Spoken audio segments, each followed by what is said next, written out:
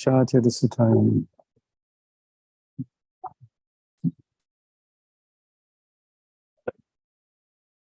Panchakapaturubhyascha kapasindhivyevacha patitanam bhavanebhyo vaishnavebhyo namo namaha.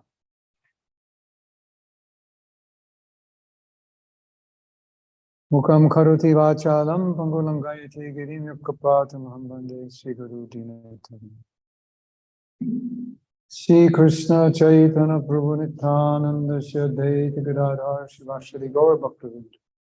Hare Krishna, Krishna Hare Hare, Ram, Ram Ram, Hare Hare.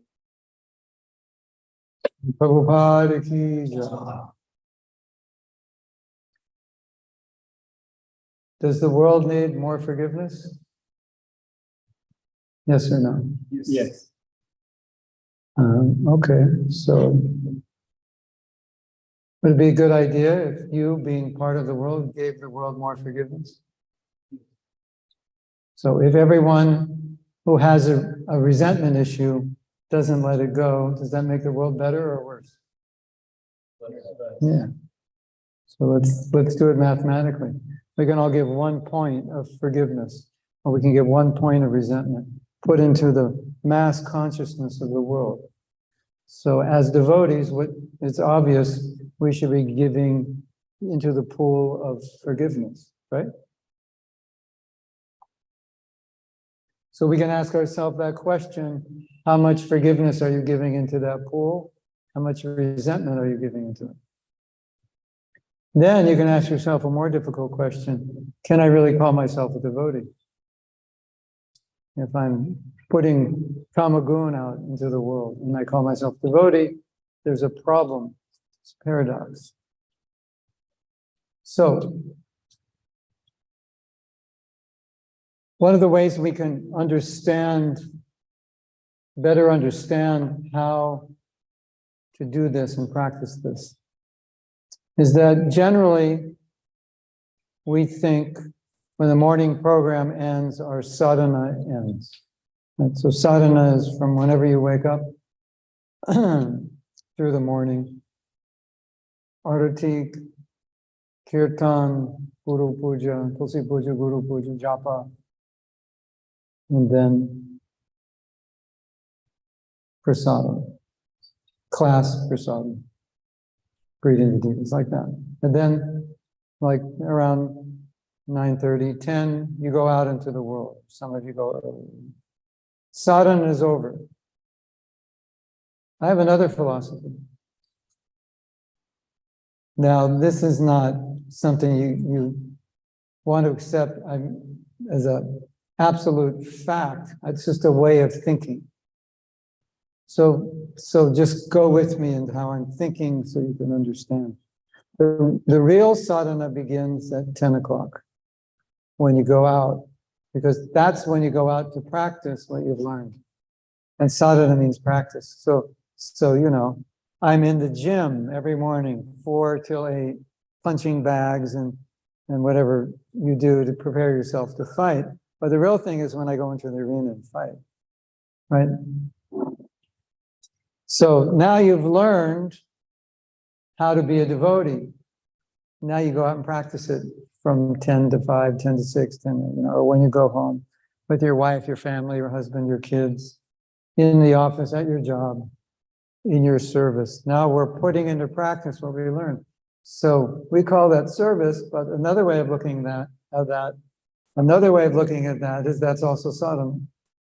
Sadhana, this is when you get to put sadhana into rubber hitting the road, into real life. So that's important, because if we think this way, then we'll understand the importance of the 26 qualities of a Vaishnava. Because you have 2 things: what you do and the consciousness with which you do it. Right? So you can do the right thing and have a totally wrong consciousness. Right? So I'm going to give a great class, and after class I'm going to ask you all to give me 1 lakh rupees. So was that a good class? And you'll say, yeah. And you go, oh, well, what was that worth in your life? You'd say, it's priceless. Okay, at least give me 1 lakh. And so my whole purpose of giving the class was to extort money from you. great class. I did everything really well, but my motive was wrong. So I polluted the whole thing, right? I come here to give a class. I'm not a very good class giver, but I sincerely want to communicate Krishna consciousness to you. And I sit up here and I'm really nervous and I forget everything I was supposed to say. And I'm just praying to Krishna, can I say something that would help you? And it's a really bad class, but it was a much better class. Because better do it wrong with the right mood than right with the wrong mood. Because that's what Krishna sees. So when you go out and do sadhana, that is the practice of what you have imbibed internally, your internal world. How is that manifesting in your day? Because it's easy to do things that you know how to do. And so you may do it well. So I can give a class on forgiveness. It's very easy for me because I've been teaching it almost 20 years now. So as we say, I could do it in my sleep. Literally, I could do it in my sleep. It's not a problem. But does it mean that I've done it correctly just because externally I do it well? No, but bhakti means the mood in which I do it. So that's what we learn. Yeah, if you study Prabhupada's books, we're learning so much about the mood with which to execute the practices and the principles. So that's why I say sadhana, real sadhana begins at 10 o'clock, because this is the hard part. The first 4 or 5 hours is kind of easy. You can fake it, but when you go out and you're screaming at somebody, you can't fake it. We can just see what you're doing. You can be screaming in your mind at everybody during japa. We don't see that, right? Who knows what you're thinking during japa? I have no idea what you're thinking during arti. Thinking, look at that devotee, look at him dance. Who does he think he is? Yeah. I don't know if you're thinking like that. I don't know if you're thinking, this kirtan is horrible. Somebody else should lead, Take the mridanga from that devotee. He doesn't know how to play. Why did they ask me? I could have done it. Who knows what you're thinking? But when we, interaction, all day we interact with people. So the 26 qualities of a devotee, most of them are interactions. Kind, humble, meek, well-wisher to everyone. These are, so that's just a phrase I came up with. Someone could question it. This is the real sadhana? Where's the shloka? That's why I said there's no shloka. It's just a concept for you to meditate on when you go out every day. Now, okay, if we want to bring it down maybe to a more acceptable idea, sadhana phase 2. Phase 1 is in the morning from 4 o'clock on. Phase 2 is from 10 o'clock on. This is your sadhana. Now you get to practice in the real world, Krishna consciousness in your interactions with the real world, right?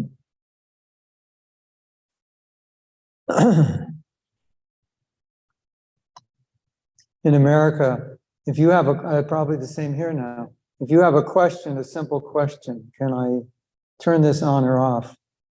You'll get an AI asking you a million questions that have no relevance at all. It'll take you like 7 minutes. And they'll try to answer your question. And finally, if they can't, they'll get a real person. And the real person will ask you all the questions that the robot asked you. Your name, your birthday, your social class, digits of your social security number. And they want to see it's not fraudulent. And it's quite frustrating. Have you ever been through that? And how do you feel? Like, sometimes we get angry. Right? You ever get angry? Because you just have a simple question and then you finally get a person, they go, I'm sorry, so I have to ask my supervisor. It's like a simple question. A 5-year-old could answer it. Why do you have to ask your supervisor? So life is frustrating. Right? That is the sadhana. That's phase 2 sadhana. That's what you're undergoing. So we read the story about the tolerance of a great devotee. And now we go out in the world. And we're being tested all the time. Either in the office by people, if not by people, by weather, if not by weather, by bugs. If not by any of those, by our own minds and bodies.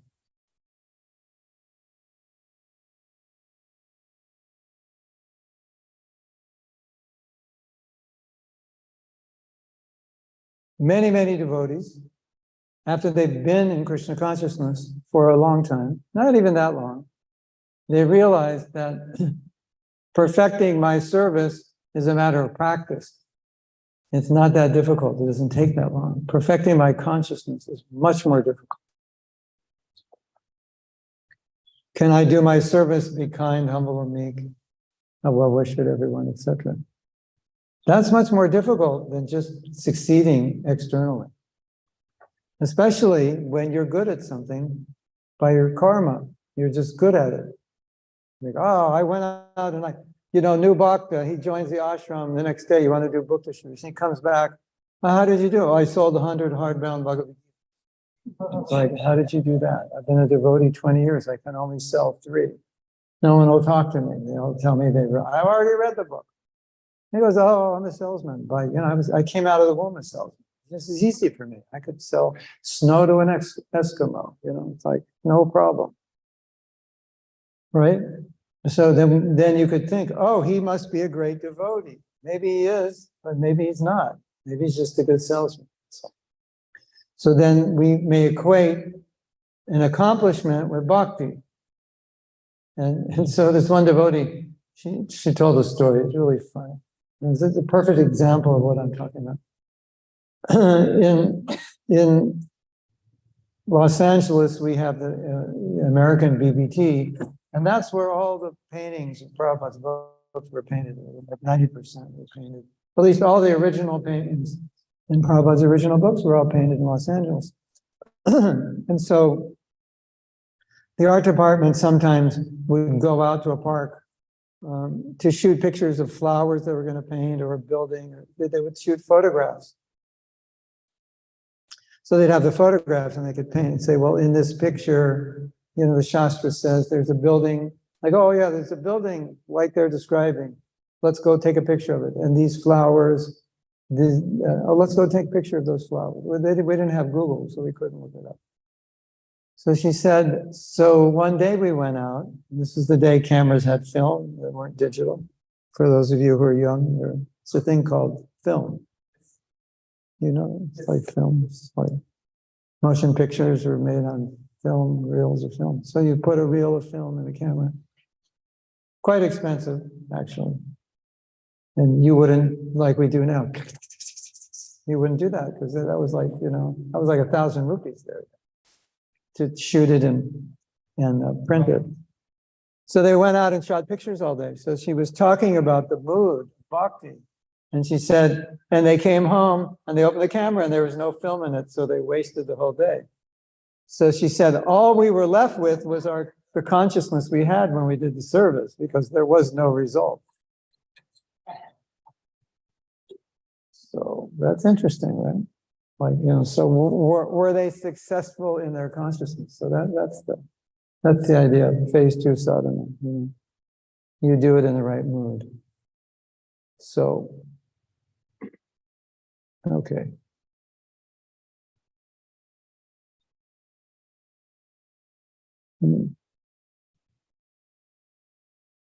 So let's read some things that are from Shastra.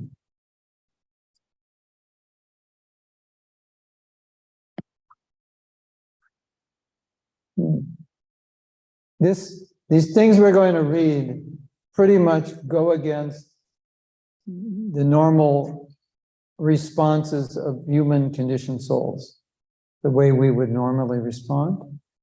We're being told to respond in the exact opposite way. This is about Parikshit Maharaj.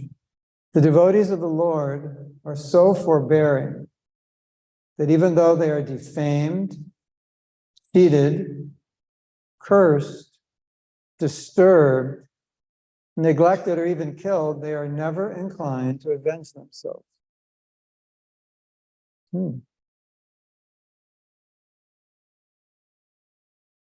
That's the story of Shringi cursing Parikshit. And so we all know the story.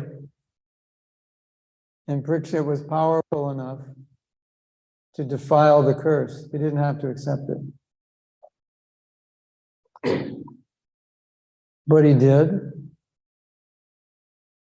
He wasn't upset. I mean, he was upset for a moment, Then he reflected on it. That was, I did the wrong thing. And then he didn't counteract the curse. Now I have a question for you. How do most human beings treat people? Isn't it more or less the way they're treated is how they treat people? I mean, sometimes you don't like somebody, you'll always treat them bad. And sometimes you really love someone, you'll always treat them well. But generally, we tend to treat people the way they treat us. I buy you a 10 rupee pencil for your birthday. You're not going to buy me a Rolex watch for my birthday, right? You might up the ante and buy me a 20 rupee pen. And you remember that, don't you? When you get presents for your birthday, do you remember who gave it and what it was so that you can reciprocate? If you study psychology, you see that when someone's nice to you, human psychology is such you want to do something nice for them. You want to reciprocate. It's just normal. If you have a boss that's nice, you want to. He's got, like, can you stay, an hour later? Sure, because he's nice. You just want to help. If you don't like him, no way, I can't stay. You pay me, triple time, I'll stay for 5 minutes, but that's it. But if you like him, you naturally want to reciprocate. And so here, what we're learning in this story and in general from this topic is that the devotee does not react according to the way he's treated. But devotee has qualities which are qualities that he lives by no matter what is happening outside. And that is unusual because most of us react to the environment, right? Most of us are just reacting all the time. We don't realize it, but we're reacting all the time.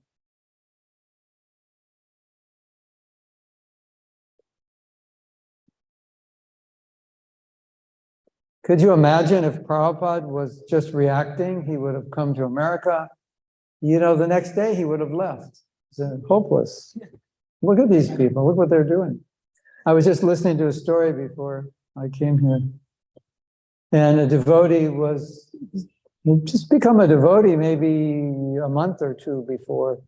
And circumstantially, he ended up with Prabhupada in an apartment that they had just rented. So they had just gone into the apartment.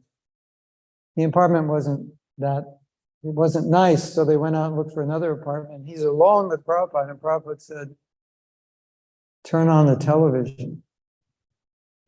And Prabhupada was looking at all the commercials. He said, show me the commercials. I want to see the commercials, how you American people live. And he was laughing at all the commercials and thinking, you people are so stupid. You do this, you do that, you're just laughing. At how stupid materialistic society is. So if he were an ordinary person, he might look at this situation and think, why waste time on these people? They're just like, they're so enamored by materialism. Of course, we know Prabhupada didn't think that way. So what we're learning from Shastra here is there is a way devotees think. There is a way devotees act, and it's not dependent on whether people are nice to them or not nice to them.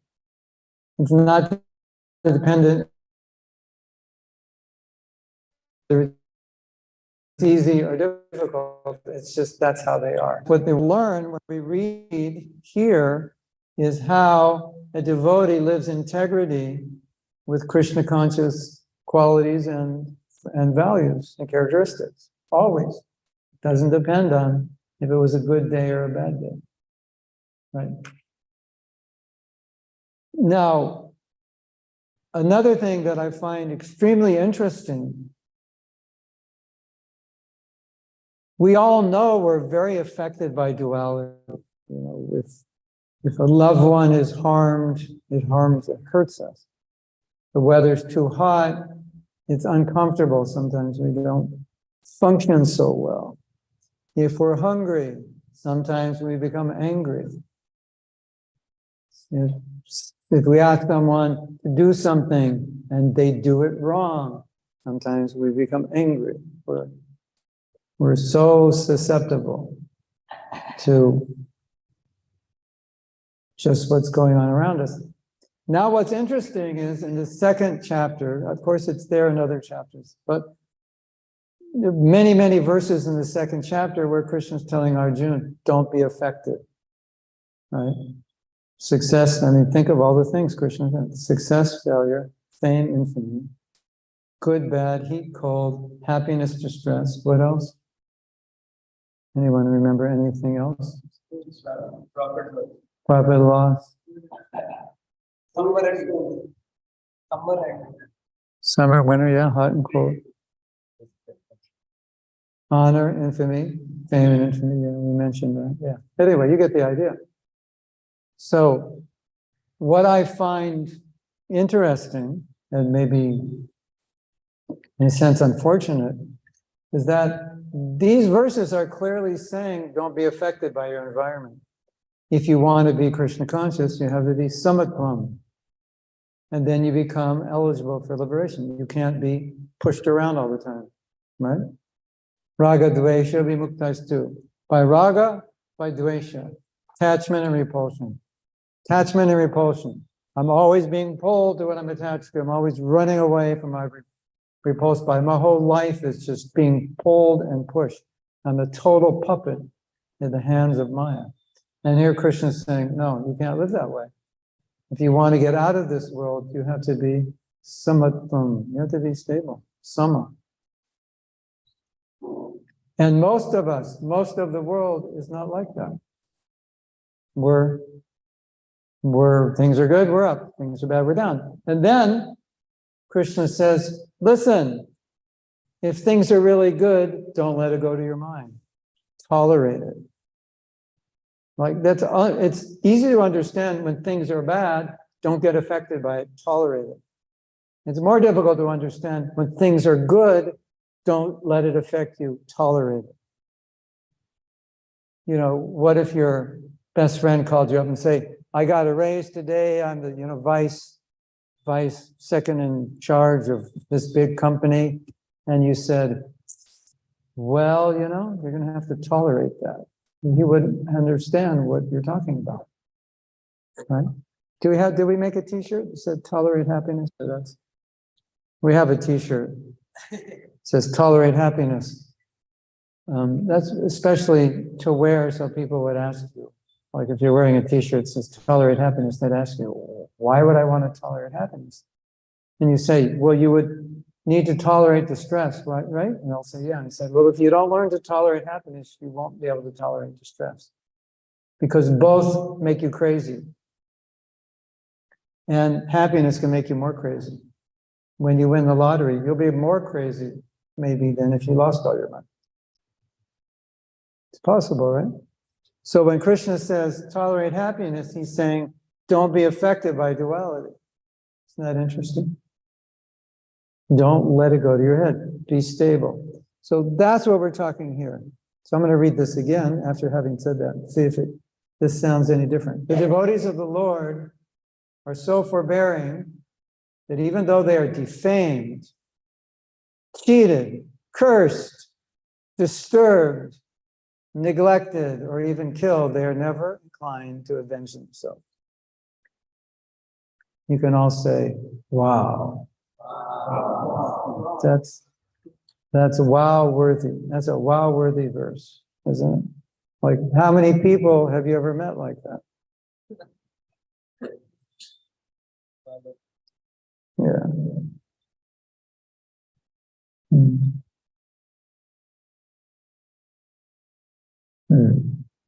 Yes. So we get a little insight into this. If we go into the purport, if I remember correctly, in the purport, Prabhupada makes a simple point. That why wasn't he upset?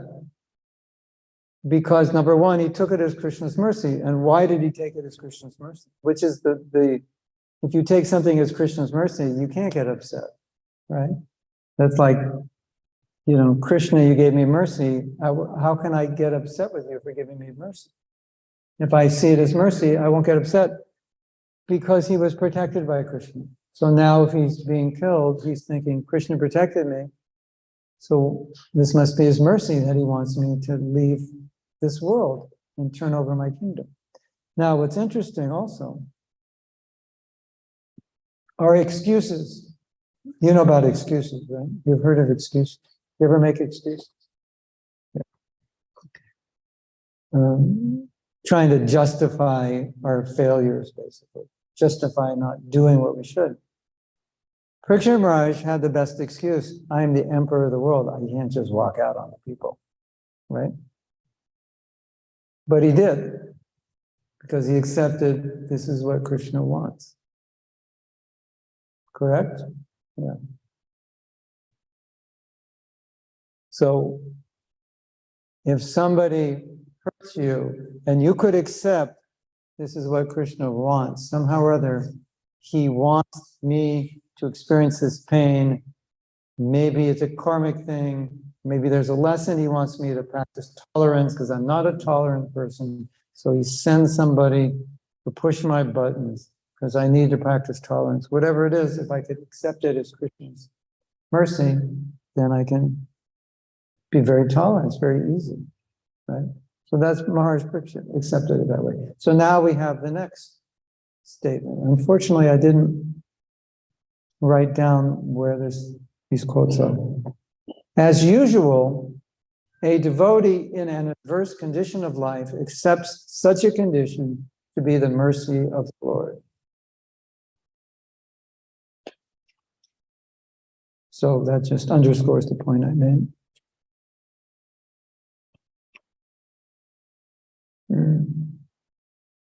So now, this is difficult even for devotees. Like, I become a devotee. Why would Krishna do anything to cause me pain or make my life difficult? It doesn't make sense. Prabhupada explains. Although a devotee has surrendered to the Lord's devotional service, until he is completely perfect in Krishna consciousness, he may maintain a slight inclination to enjoy the false happiness of this world. Can you relate to that?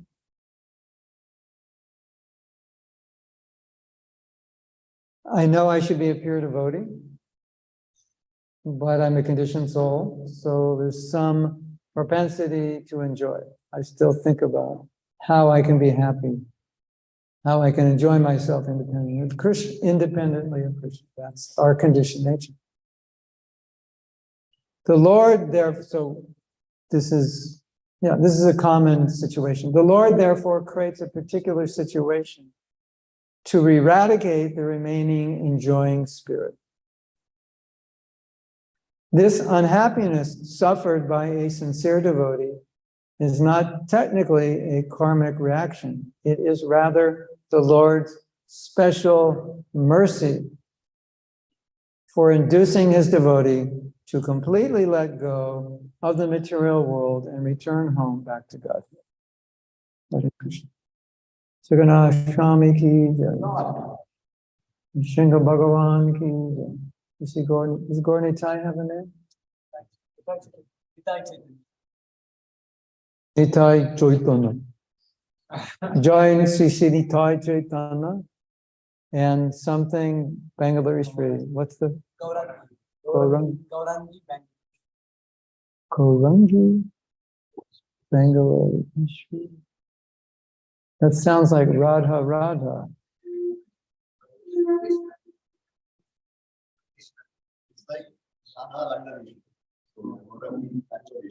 So Bangalore Ishvara. Ishwari. Ishvara. Yeah, okay. Okay. That makes sense.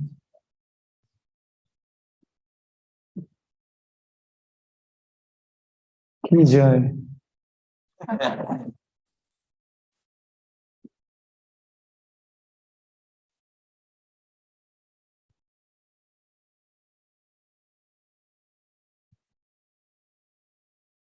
Hare Krishna. Bangalore Ishvara. Oh. The government's not going to get nervous about our project. We're trying to take over.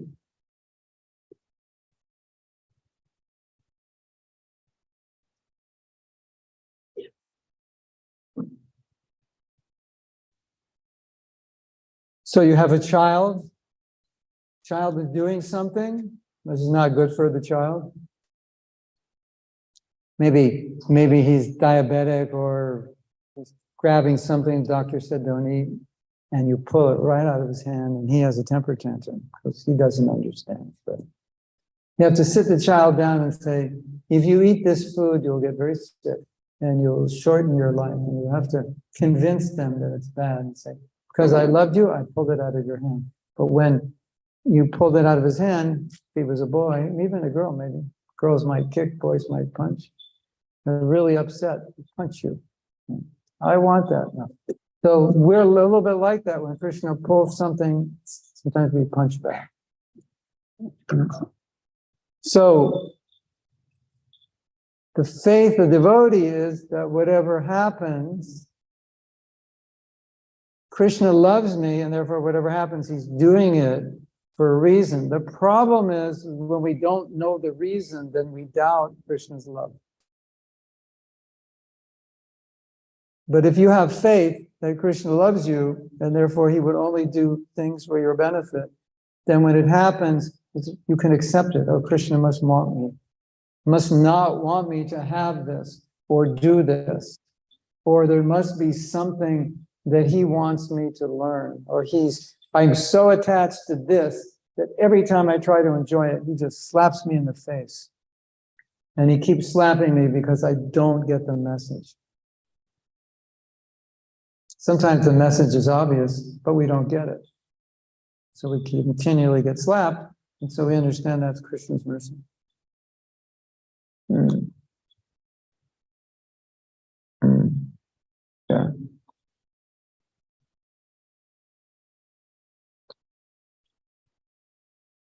Okay, here's a nice statement from the 6th canto of Bhagavatam.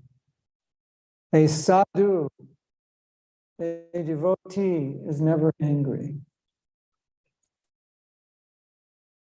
Actually, the real feature of devotees who undergo tapasya, is forgiveness. And you remember the Bhagavatam? It says how to overcome anger, the recommendations in the 1st canto, how to overcome different bad qualities. And the quality of forgiveness was given as a solution for. So I was some devotees yesterday that forgiveness in relation to a sadhu is actually, it's not accurate.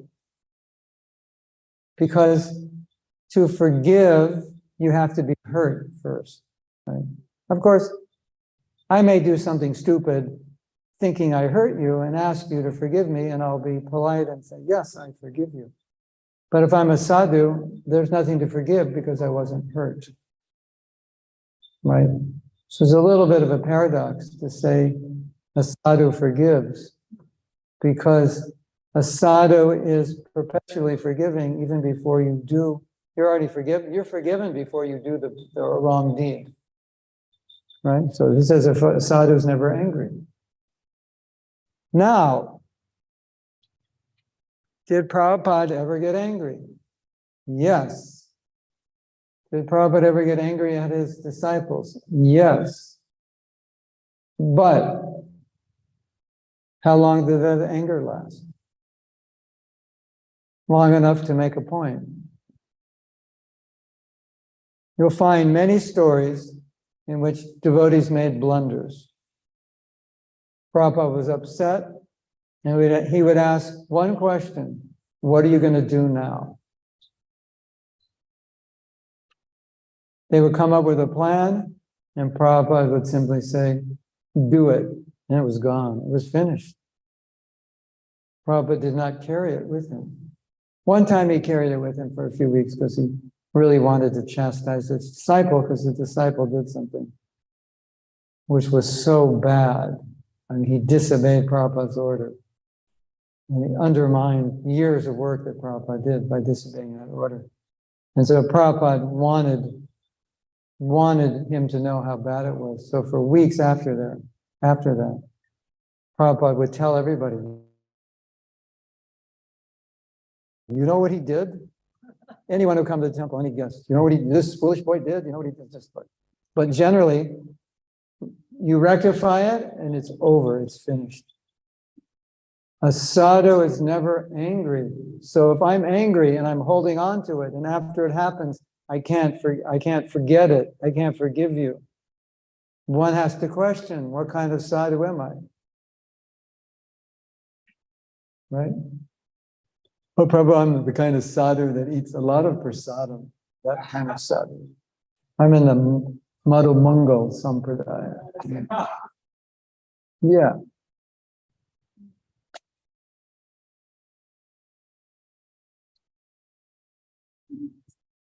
Have you ever read this? Sadhu never gets angry. Have you ever read that before? How many of you read the 6th canto of the Bhagavatam? Raise your hand. That means you read it. Do you remember reading it?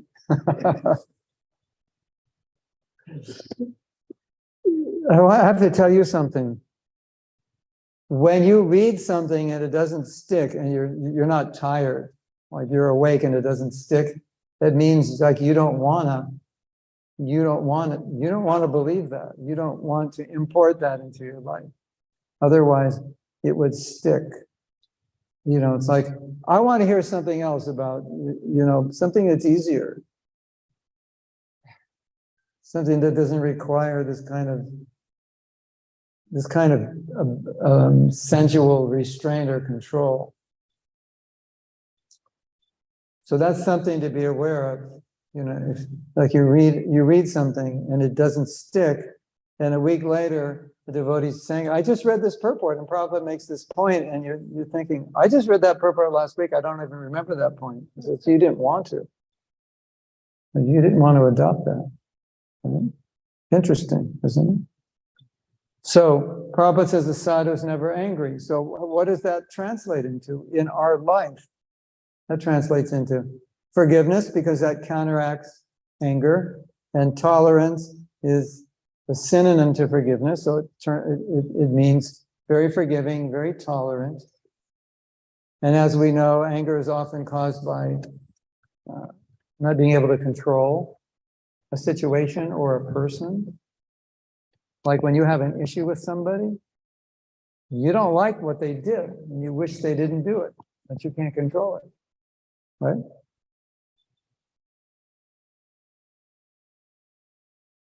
It's another one of those, like we said yesterday, sign on the line, I will only be a well-wisher of my worst enemy. Here's another one. You want to join the ashram? I'll never get angry. You can get angry in Krishna's service, but I will never get angry personally for anything personal. Wow. Hare Krishna.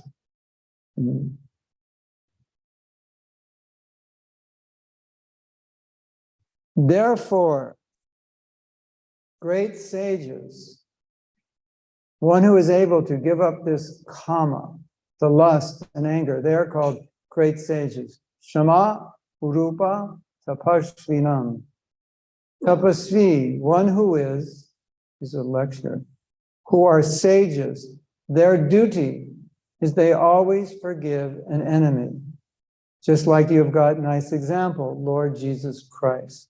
He was being crucified, but he forgave all the persons who were engaged in crucifying him. He prayed, "Oh my Lord, these people do not know what they are doing." So this is, I mean to say, the signs of great sages. They are not, I mean to say, angry. Kama Krodha. It's a lecture, 1966. What do you think? You realize how much Prabhupada spoke about this? I don't think most of us realize how much he spoke about it. Tolerance, humility, forgiveness. speaks about it a lot because this is the fundamental quality of a Vaishnava. And then we were saying yesterday how we're meant to live in Sattva-guna. Now it all makes sense. If you say Vaishnava is never angry, never jealous, never resentful. But yes, because he lives in the mode of goodness. And in the mode of goodness, there isn't any jealousy, resentment, anger, right? It's all in the lower modes. We can be angry in Krishna's service, but that's not under the modes.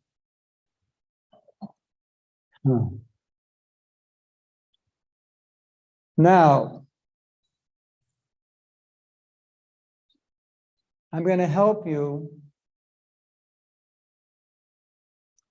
in understanding how you can become a well-wisher of someone who hurt you or someone who did something to upset you. We were talking yesterday how everyone in this world suffers. And the people that have hurt you, their life is also full of suffering. And by understanding that, you can neutralize the animosity, the anger, the resentment that you have towards them. So think of a person that you don't have the best relationship with. Think of somebody or someone you need to forgive, or someone that did something that made you carry the books on Sankirtan 44 years ago that you still remember.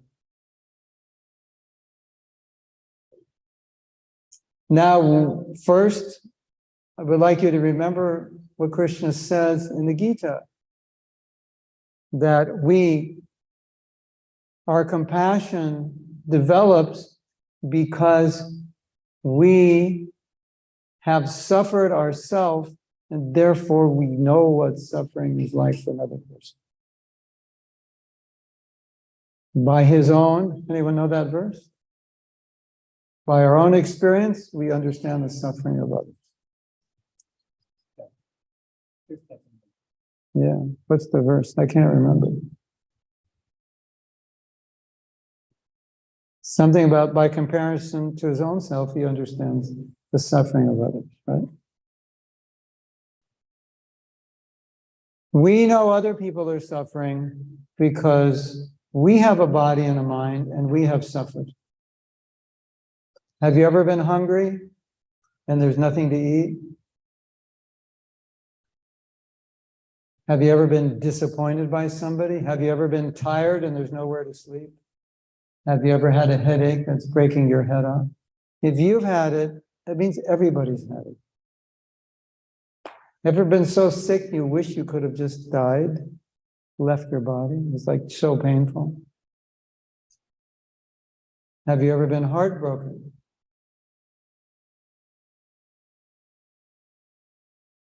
Yes, to all these things.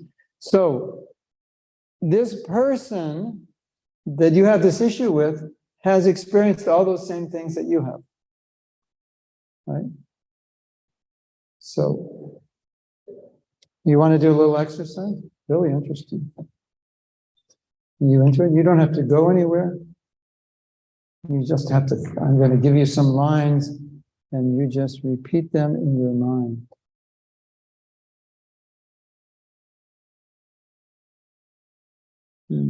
Well, no. Trying to find, I could ad-lib the exercise, but I have it written down. Somehow I'm not finding it. Just give me one moment. Exercise is okay. Okay. Not okay.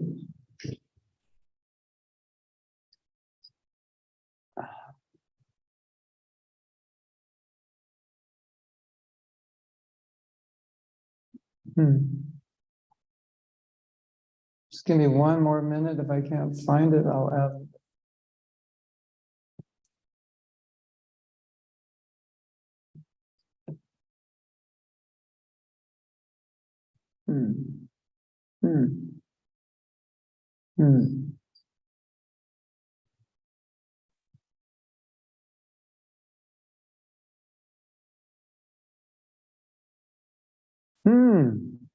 It's your lucky day, everyone.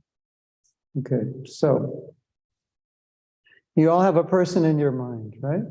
Someone has hurt you and you have some bad feeling. It maybe this could be from the past, maybe not the present, if you can't think of anyone in the present. And I'm going to read something, and after I read it, I would like you to repeat it in your mind, placing their name in there. So I'm going to say, I'll give you an example. This is the first line. Just like me, blank, and that would be, you would say his name or her name, is seeking some happiness for his or her life. So I have a person in my mind, Bhakta Joe. So I would repeat, just like me, Bhakta Joe is seeking some happiness for his or her life. So what we can do is, I'll read it once. You can think of that person. And then I'll read it again and we can say it together. I guess we could put it up there, but let's see if we can do it. You only have to memorize like 6 words. Okay. Maybe easier for you.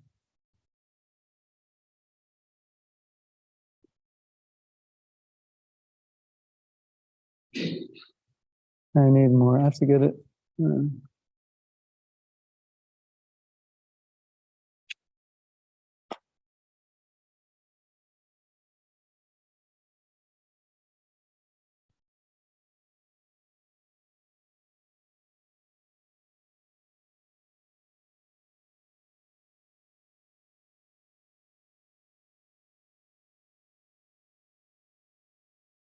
Can you see anything?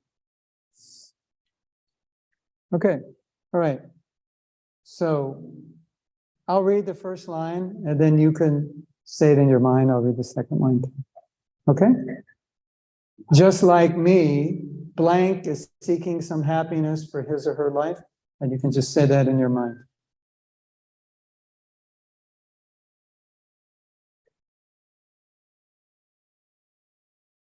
Just like me, blank is trying to avoid suffering in his or her life.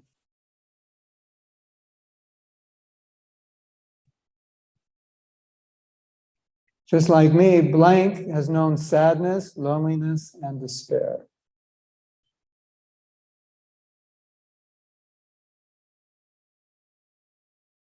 Just like me, blank is seeking to fulfill his or her needs.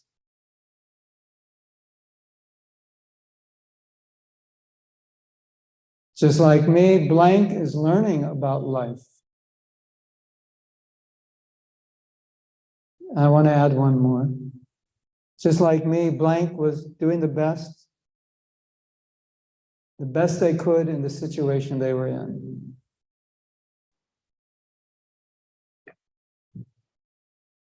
Okay. Now I want to ask you a question, and any of you can raise your hand or answer it. Did this neutralize a little bit of that enmity you had towards that person? Okay, raise your hand if it did. If it didn't, well, for the ones who didn't, try it again. And again. This is now. This is that verse. We need to find that verse. Who can find that verse from the 6th chapter? You have it? By comparison to his own self, he understands the self. 6.32. You want me to bring it up? Perfect beauty. I can bring it up. Or are you going to bring it up? Or I can bring it up. Just give me a second.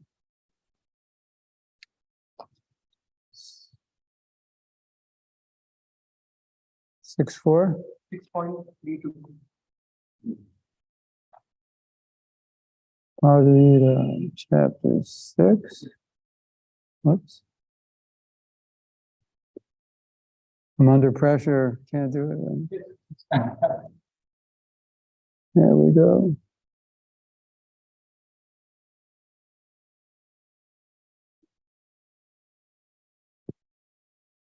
Why don't we chant together? Atma Pamyena Sarvatra together. Sati Yorjam Sukam Vajyadiva Sukam Well, let's look at the word meanings.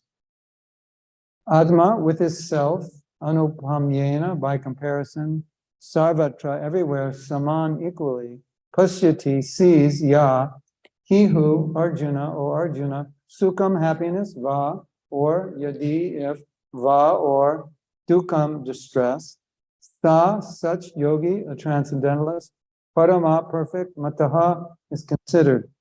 He is a perfect yogi who, by comparison to his own self, sees the true quality of all living beings, in both in their happiness and in their distress. Or, I was thinking of another verse.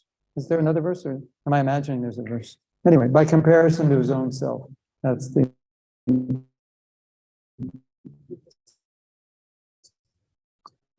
main thing. There is I believe, a purport by Vishwanath Chakravarti Thakur, and he said the devotee is more compassionate than the Lord because the devotee suffers and he knows what suffering is, but Krishna doesn't know what suffering is, so he can't be as compassionate.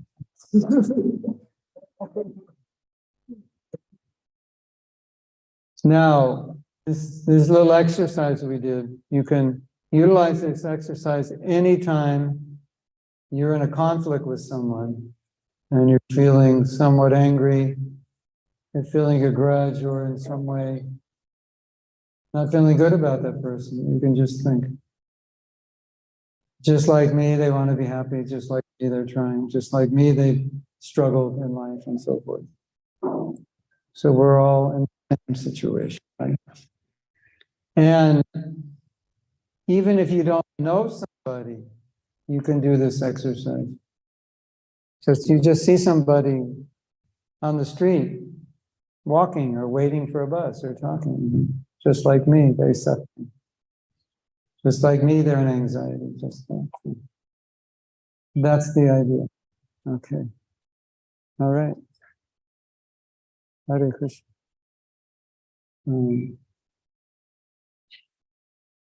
Okay.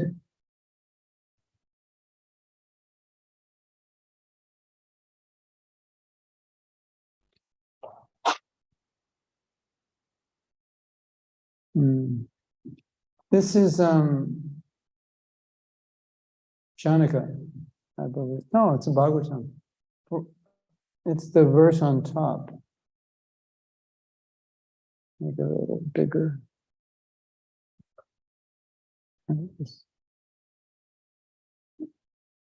Brahmanas are beautiful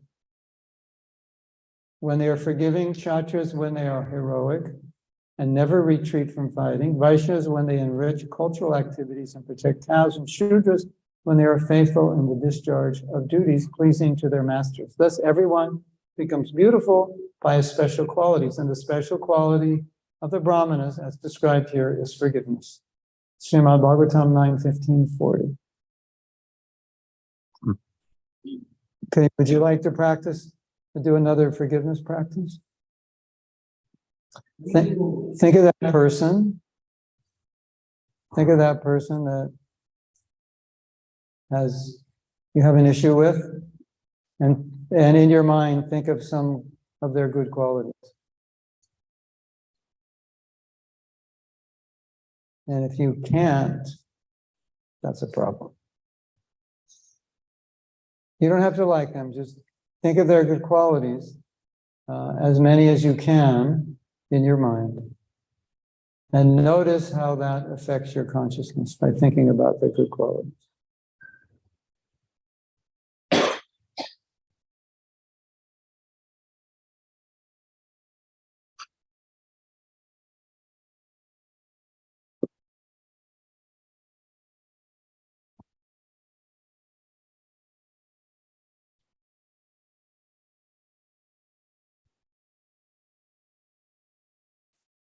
How are you feeling? A little better? I could ask you to think of their bad qualities and ask you how you feel, but I think you already know how you feel because you already felt that way before we started. But anyway, I think it's obvious.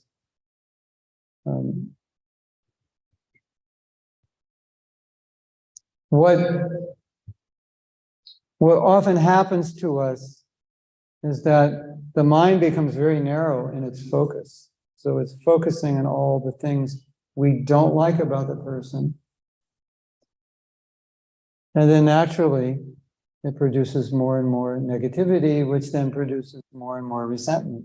Whereas we can focus on what's good about them, can start to neutralize the resentment. That is, if you want to neutralize it, if you want to overcome it, then you can think positively about them. And so, by doing this exercise, we can understand the power of seeing the good in another person. We're often taught, see the good, don't see the bad. But by doing this exercise, you can see it's actually a sadhana. It's a practice that purifies our heart from anger and resentment by seeing the good, right? By appreciating another person, appreciating another devotee, it neutralizes negativity.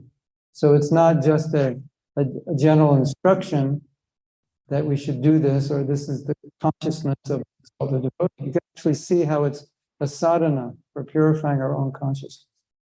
Could you experience that? The purification of seeing something good in someone that did something bad to you? That's unusual, right? Now, if you do that, what are you doing? You're not being pushed by your anger. You're counteracting it, and you're living that verse where Prabhupada says, a sadhu is never angry.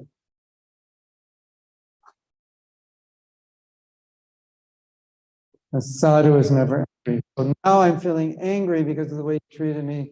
So I start thinking about some good qualities, or I think compassionately, you're also in anxiety like I am, and so forth. And it begins to neutralize it. So then I can be a sadhu, because that's how a sadhu is.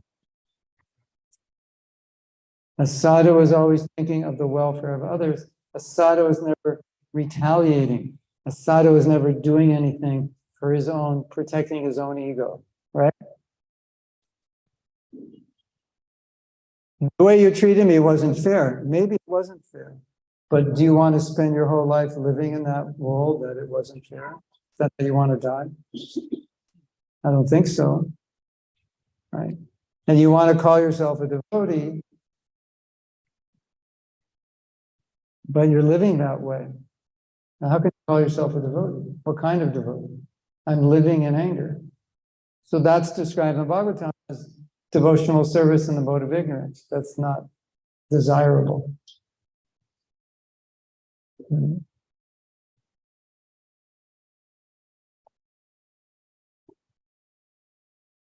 As we discussed yesterday, then when I descend into this mode of ignorance where I'm angry, who suffers?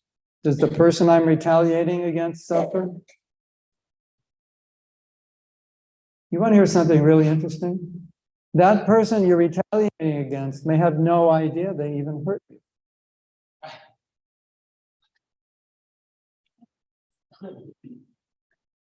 I have to tell you something. We're going to go off a little bit from the Shastra. This is really interesting. If you look at any resentment you've ever had in your life, you will find it's because you were expecting somebody to do or say something that they didn't. Usually it was they did or said the opposite of what you were expecting. So what does that mean? Well, it's quite interesting, because it means if you weren't expecting that, there wouldn't be any resentment, because there would be nothing to be resentful about, because you had no expectation. Right? Think about it. Like every one of you, when I ask you to think about that person, you could now think, what was I expecting? What did they do? They did not do what I expected. So now we've established that if there's no expectation, there's very little chance of being let down, because there's nothing to be let down about. So then the next question, more important question, is, why was I expecting that behavior? Well, the person killed my brother. Of course, that's, we don't expect people are going to kill, you know. So, but we're talking about ordinary interactions where someone lied to me, someone betrayed my trust, someone mistreated me, you know, verbally, not like horribly, but enough to disturb me and so forth. And generally, in those situations, we can understand that other people who are treated that way don't always become resentful. So that's important to notice that. Like, he was treated the same way I was treated, and I'm resentful, and he's fine. It didn't even bother him. Why? We had different expectations. And he's telling me, why are you upset with that person? Didn't you know they lie to everybody? You know, he's not upset because he knew. They said, I'm going to do this for you, and I'm going to build your temple. And you never see the guy again. And he's like, yeah, I knew that he would never come back. He says that. He goes to every temple and says that. But I didn't know that. I knew this person when I was a kid. So I had a relationship with him, and I had trust in him. But here's the most important point. On the count of 3, sit up and listen. This is the most important point. Ektotin. Take a breath. Why did I need the trust of that person? And he didn't. No problem. When he lies, no, I don't care. Because I have an issue with trust, and he doesn't. Because I've been let down before. Because I've been let down before, I'm very sensitive when people let me down, and it upsets me. So I'm expecting trust. Not only am I expecting it, I need it. And if I don't get it, I go crazy because I have been let down. And whatever you are expecting, it's because you either never got it in your life or you got it all the time. And so you're very sensitive to it. I was never let down in my life. This was the first person who let me down. Or I'm always let down in my life. Here's another one. In either case, I'm upset about it. So what's so interesting about this? This is really interesting. Keep paying attention. When we have resentment, we're always looking towards the person who did something as the cause of the resentment. You know, it takes 2 people to argue, right? It takes 2 people to have a bad relationship. You can't just have it with one person. Well, you could have a bad relationship with yourself. That's another issue. But it takes 2 people, right, to have a bad relationship. So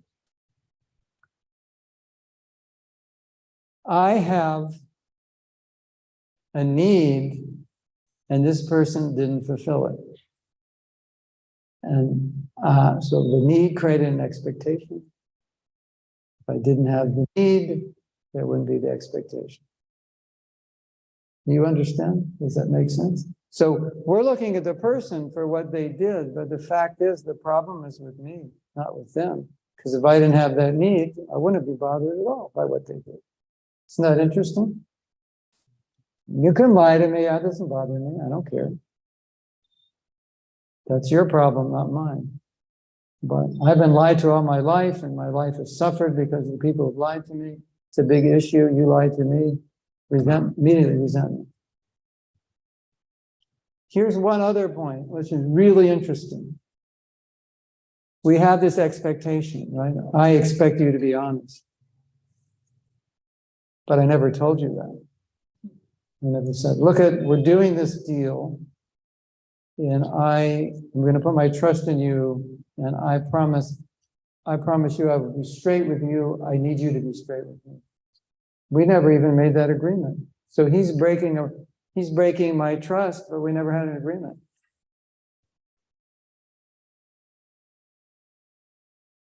Or whatever it is that you expected. In most cases, it was never stated. The other person didn't even know. So that's the human side of resentment. The expectation, which is unique to our individual situation.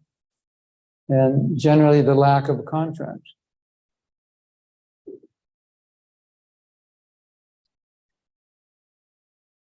So here's a question I ask myself in situations like that, where I'm being triggered. Why? Why am I being triggered? What's going on that this is triggering me, right? And psychologists will generally say it's because you're seeing a fault in another person that you have, and that's triggering you. So that's another reason. So maybe it's, my expectation is connected with this need that I have that's not healthy. Maybe it's connected with, I see myself in this person. I've betrayed other people. I don't want to admit it. Now he betrays me. It upsets me subconsciously. So anytime anything really, really bothers you, you should ask the question, why? Like what? Because we're always going to think, I know why, it's what you did. That's why I'm upset, because you lied to me. Or whatever it is you did. That's the easy way to analyze it, but it's the wrong way, because it's only on the surface. Because that's not the problem, because you lied to 20 other devotees and nobody cares. I'll give you an example. This years ago in the 80s, one of our leaders left. He was a sannyasi and a guru, and he left. He didn't tell anybody he was leaving. And the only way we knew he was leaving, that he left, is that he wrote a letter to his disciples telling him that I'm not able to do this service to be your guru and not able to remain a sannyasi. But I had worked very closely with him for years, but he never told me he was leaving.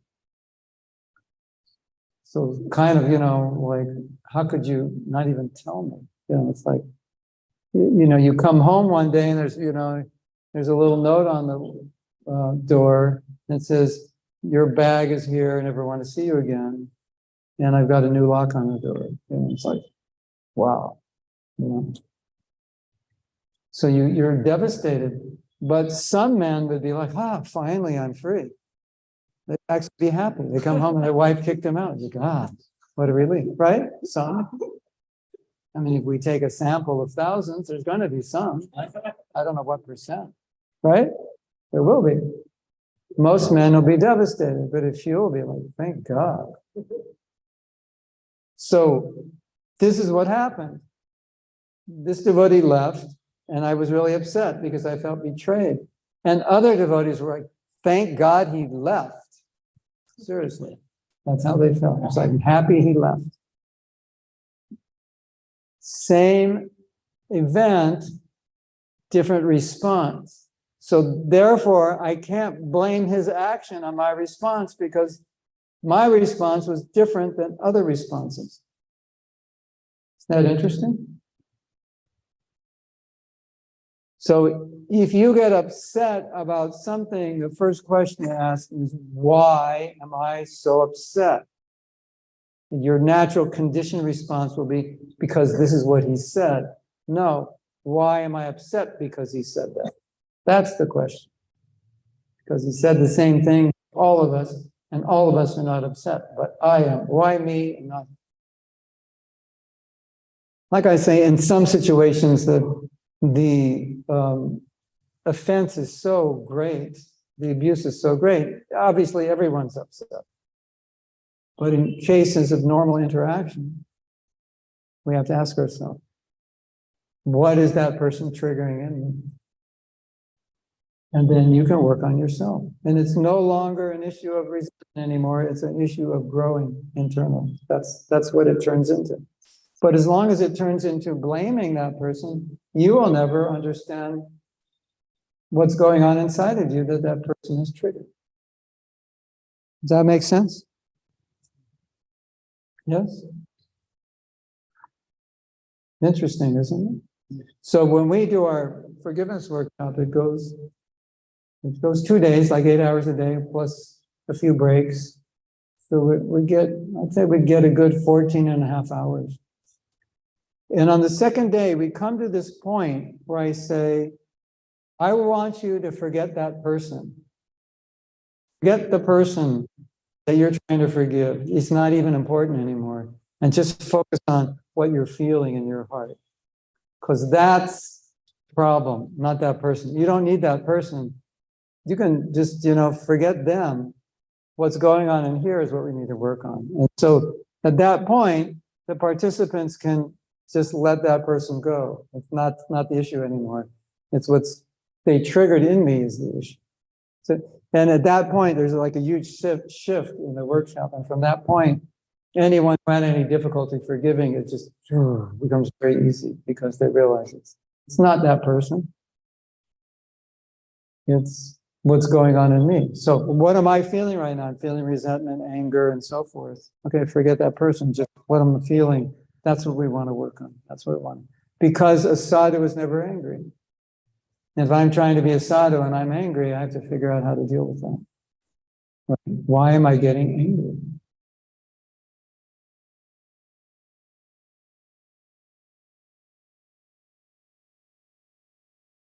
Hare Krishna. Would you like to ask some questions now? Yes. Yeah. Whoever has the mic can go first. Yes.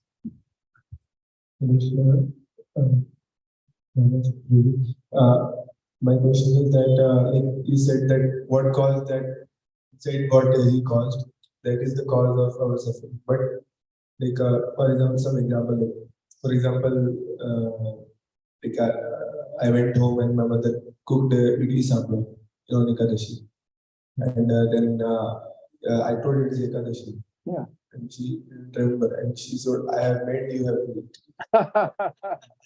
Tomorrow morning I will eat first thing when I wake up.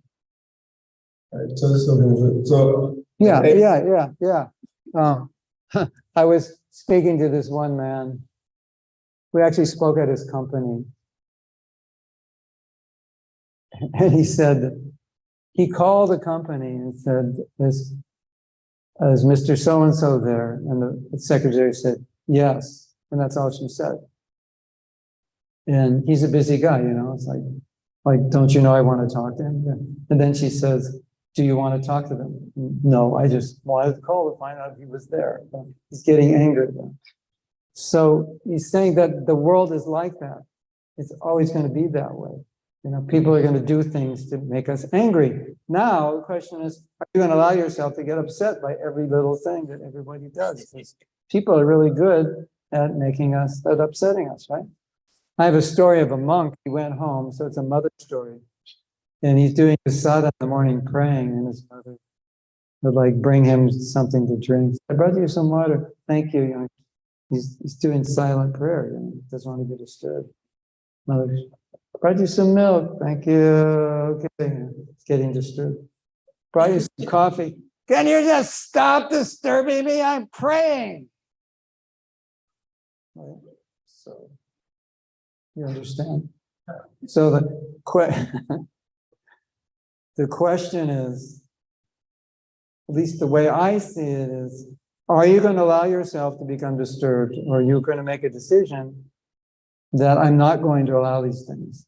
Because if you don't make that decision, there's going to be so many things every day that are going to disturb you, right? I have my own story. I was in a country, they didn't understand English that well. So one day I said, can you get 4 D batteries? D batteries are the big ones. You have AAA, AA, C, and B. And you get 4 D batteries, and they came back with 40 A batteries. This is an example of a normal interaction, and every interaction was like that. They didn't, English was not their first language, and they didn't know, but how many people, they didn't really speak English in that country amongst themselves. A lot of them grew up in villages, and they didn't have a lot of experience of the world, and I had come from America. So when I say, can you do this? I have an idea in my mind based on how we do it in America, but it's not how they do it there. So I'll say, can you do this? And then they'll do it in a completely different way. And it's like, like, can you cook this? Can you make this preparation? Well, I think they're going to make it like we make it in America. It's got the same name, but then they give me this thing with, it's completely green because they put in too much turmeric, and oils, and chilies are floating on it. It's like, what is that? You asked for this. That's the way we make it. So it was very frustrating. And I was getting very upset. Like I had reasons all day, every day to get upset. And then at one point I thought to myself, I said, I really don't want to get upset. Personally, it's not good just for my mental stability. I don't think it's really good for my health either. I don't think it's good for the devotees because I'm the temple president. I'm always angry. And then I thought, there's really no reason to get upset. They're nice devotees. It's just innocent mistakes. And I told myself, from this point on, just whatever happens, just flow with it and don't get upset. And amazingly, that was the last time I ever got upset with them, because I just made a decision that this is not the way I want to live. It's not the way a devotee should live. And you might think, is it that simple that you can just do that? Well, maybe it's not going to work the first time you do it so well, but the more deeply you commit, then the easier it's going to be. So I would say that you may not agree exactly with this, but I want to throw this idea out to you, and you could use it for anger, and you can use it for anything. If I'm continually becoming disturbed, it's because I haven't made a decision not to be disturbed by these things. I'm allowing these things to disturb me because I'm staying in reaction mode, pushing and pulling, raga dvesha. My life is just attraction, repulsion. And I have not made a decision to tolerate, to become samatvam, as Krishna said. And when I make that decision, you can throw in all these things. You can throw in forgiveness, you can throw in freedom from anger, you can throw in tolerance. So many good qualities you can throw in, overcoming so many bad qualities, because you've made a decision to act that way.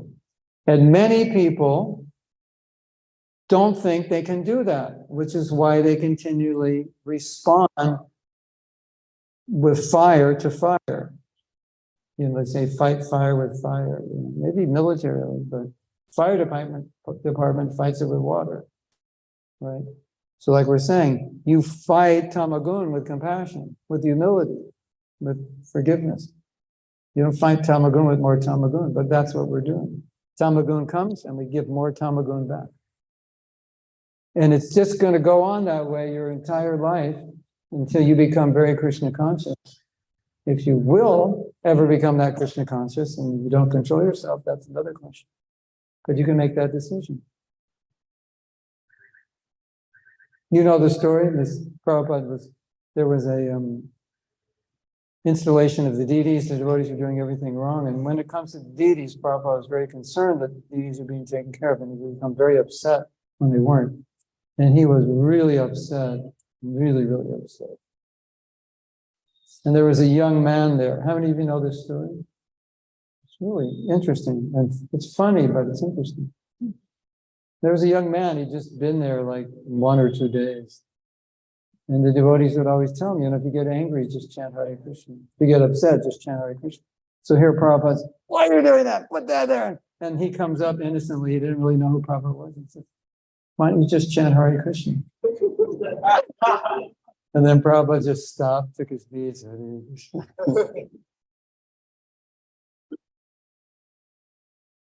So think of this idea.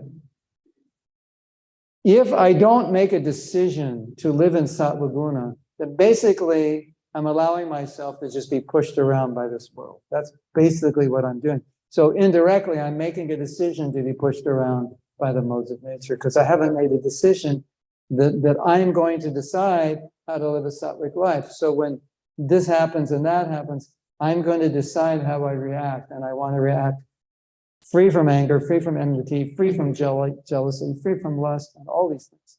And I think we all know that if we don't, that lust, jealousy, anger, envy, and so it's just going to go on our whole life, even to our deathbed. It's never going to die. It doesn't die by feeding it. It dies by purifying it and transcending it. Look at the wealthiest men in the world who are in the billions. You know how much a billion is? US dollars. This is not rupees. This is a billion. Well, if you want to do rupees, multiply it by 80, whatever the rate is. So take a billion, multiplied by 80. What do we get? 80 billion rupees. That's a lot, right? 800? 8,000 crores rupees. That's a lot of rupees. That'll go a long way even in the United States. Right? And it'd be hard to spend that much money, don't you think? I mean, you could build temples, but on yourself, it's hard to spend. Why is a person who has that much money working to make 10 billion or 50 billion? Doesn't make sense, does it? But it makes sense when you understand lust is insatiable. Then it makes sense, right? Why does the playboy who has the most beautiful girls in the world want more? Because that's the nature of lust. Why does the drug addict who has the best drugs want more? That's the nature of addiction. So unless we come to this point where we say, okay, I have a decision to make. Either I'm going to be controlled by the modes of nature, or I'm going to decide to live a sattvic life. I'm going to decide how to deal with my jealousy, how to deal with my anger, how to deal with my resentment. I'm going to work on it. Otherwise, it's just going to go on. It's not going to stop. You're thinking, oh, maybe when I'm 70, I'm chanting Hare Krishna for 50 years. It's going to go away. I'm here to testify to you. You better chant some Shuddhanam. And if you're not on a very high level of Shuddhanam, you really have to work. You always constantly have to be working to let it go. Until you come, and that's how you come to the high level of bhakti. And then you're okay. But we have examples in Bhagavatam, very elevated devotees who fell. So, you know, when are you safe?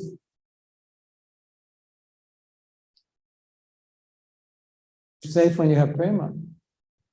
So you never know before. What was the question I was answering? So, did that answer? You got more than you bargained for? Or did it answer? You said correctly that I need to make a decision. Yeah. And I should not become angry. And I should see what I can do in time. Yeah, of course. Just apologize to her. Oh, I must have not, maybe I didn't make it clear that I don't eat grains on it. But I'm very happy to eat tomorrow. No problem. Thank you for cooking. So kind of you. So you must eat. Okay, I'll eat everything, but that doesn't have grains in it. It's what does Krishna say in the Gita?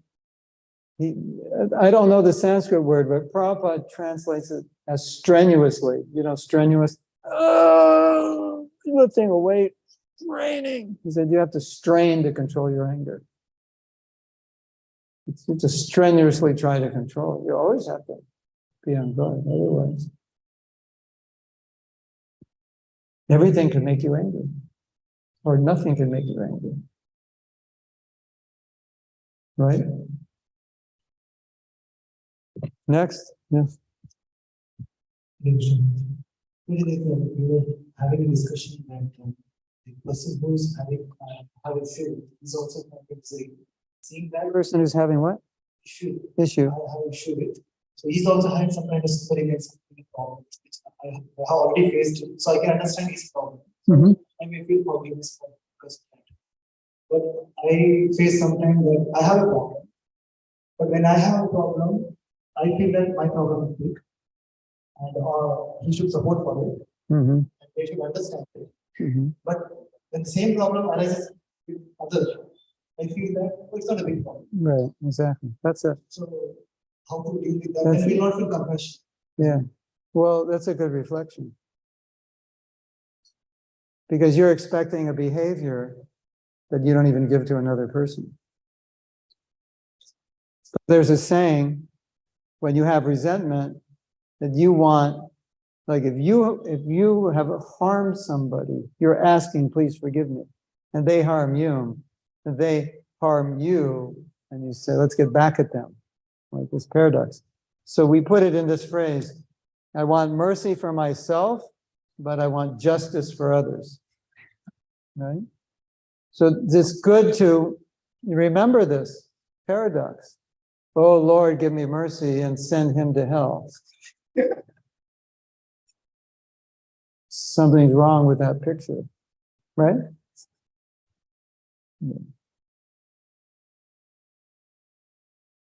Is that okay? Does that answer it, or you want more? How to deal with that? What's the problem with me to Yeah, because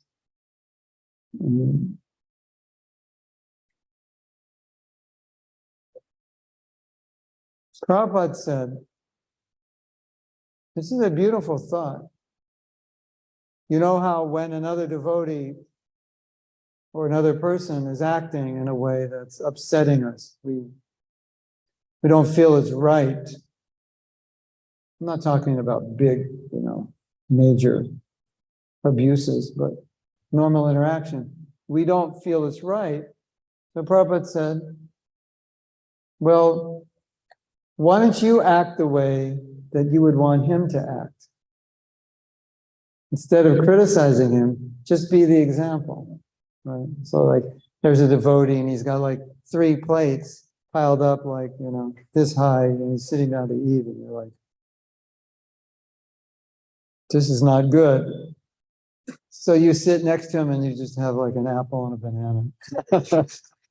That's all I'm having for breakfast. And he's like looking at his plates, looking at you. Maybe, maybe he'll push you up 1 plate away. That kind of idea.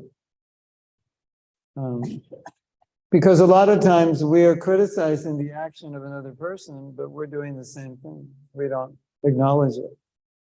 So Prabhupada's answer is perfect, because then it ensures I don't make a mistake of criticizing a person for doing something I'm doing, because he's saying, do what you want him to do.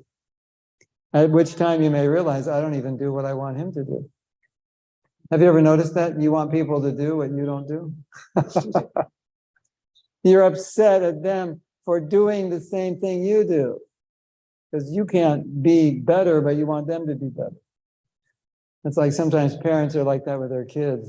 They want their kids to be better than them. I'm messed up. You don't be messed up like me. And then you start seeing yourself in your kids and you get angry at them for being like you. To which my daughter says, well, where do you think I got that nature from? What can I say?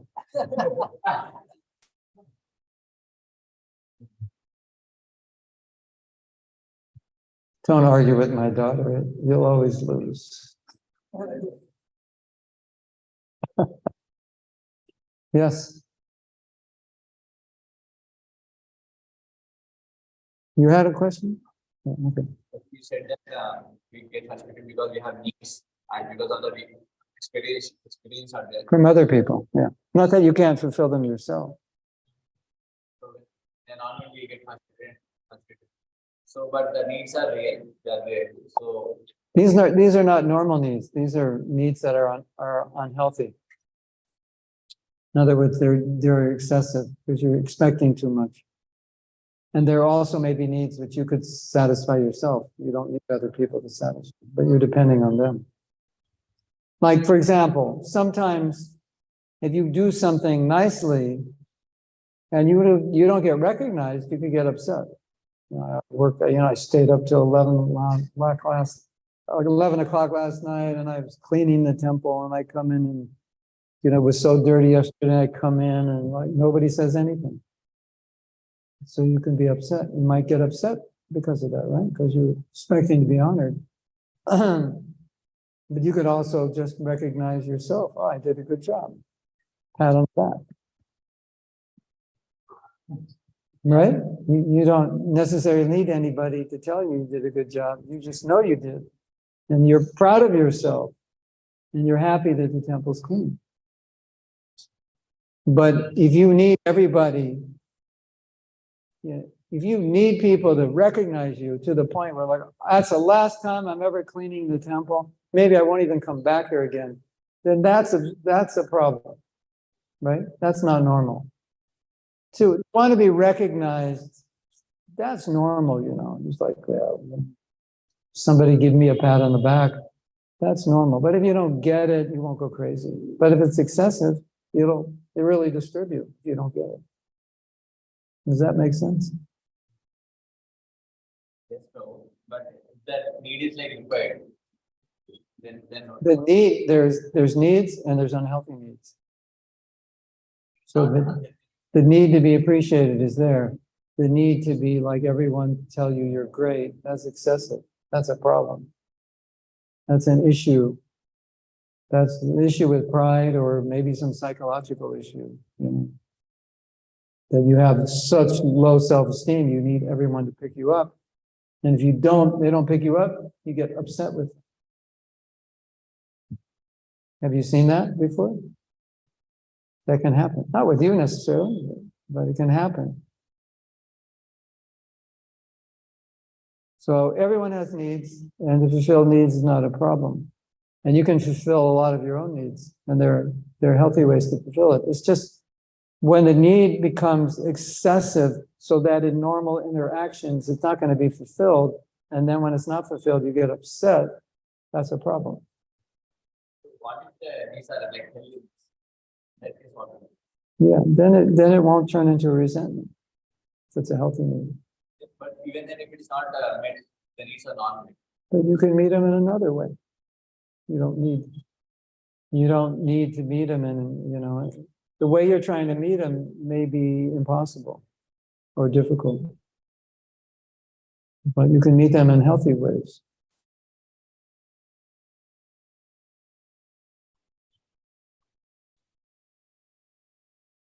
Keep cleaning the temple. Someone's going to notice. Hare Krishna, Maharaj. I have to say one more thing. You know how sometimes the need to be recognized can be fulfilled without even trying? Just help other people. They'll thank you for it.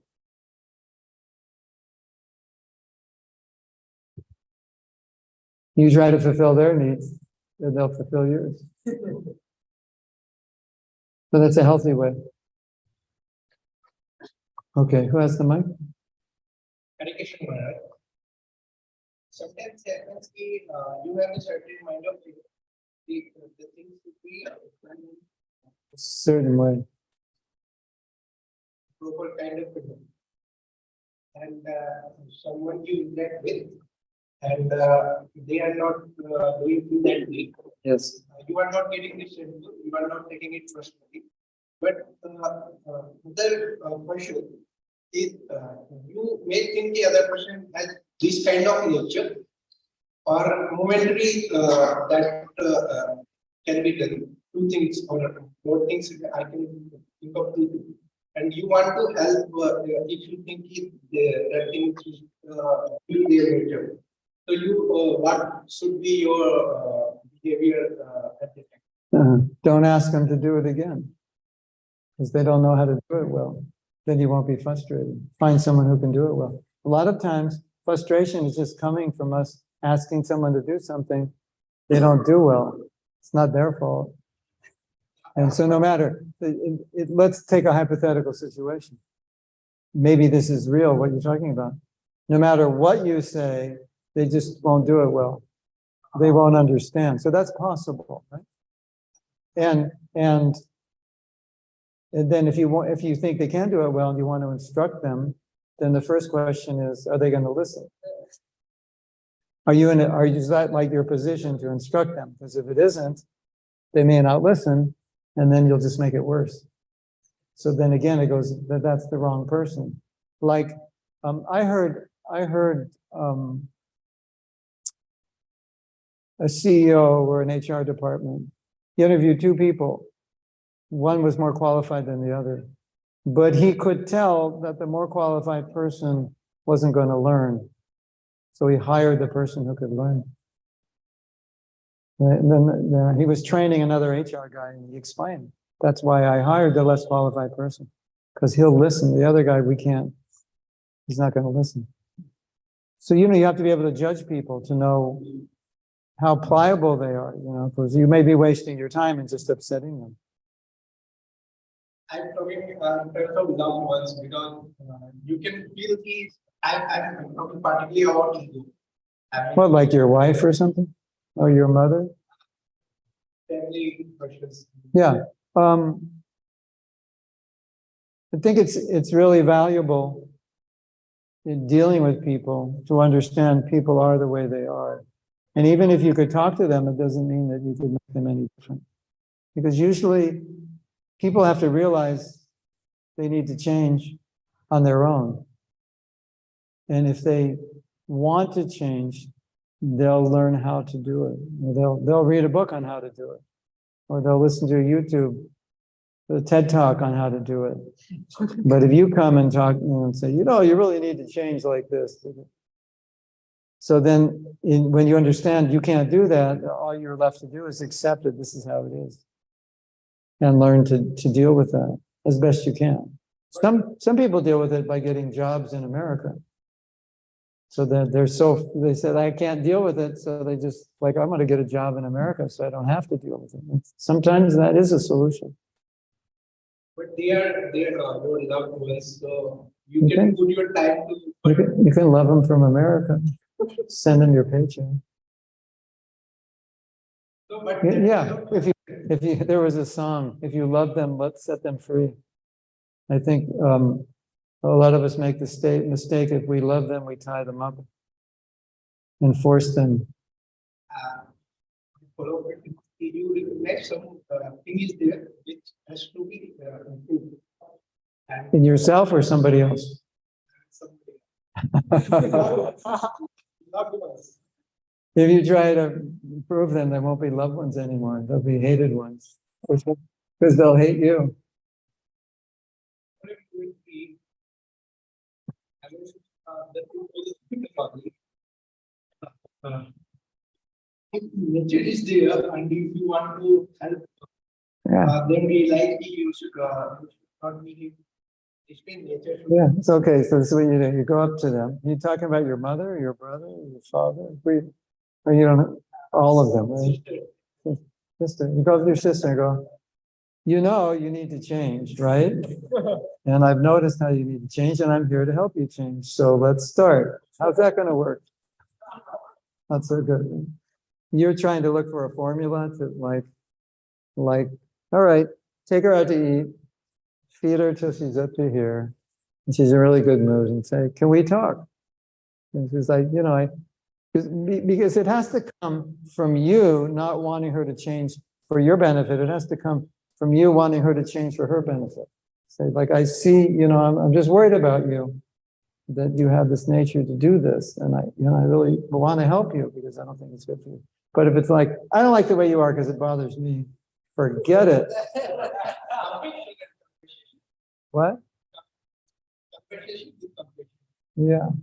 Yeah, because that's what happens in marriage. You got to change like this. I just heard this really good thing for all the ladies here. There aren't many that aren't married. Well, I guess the ones who are married are going to lament when they hear it. When a woman meets a guy that she likes, there's always something she doesn't like about him, and she thinks, well, he'll change because I'll change him. Right? So this one lady had been married 3 times. She said, I have some advice for you. The way he is when you marry him, you better like it because that's the way he's going to stay. You're not going to change.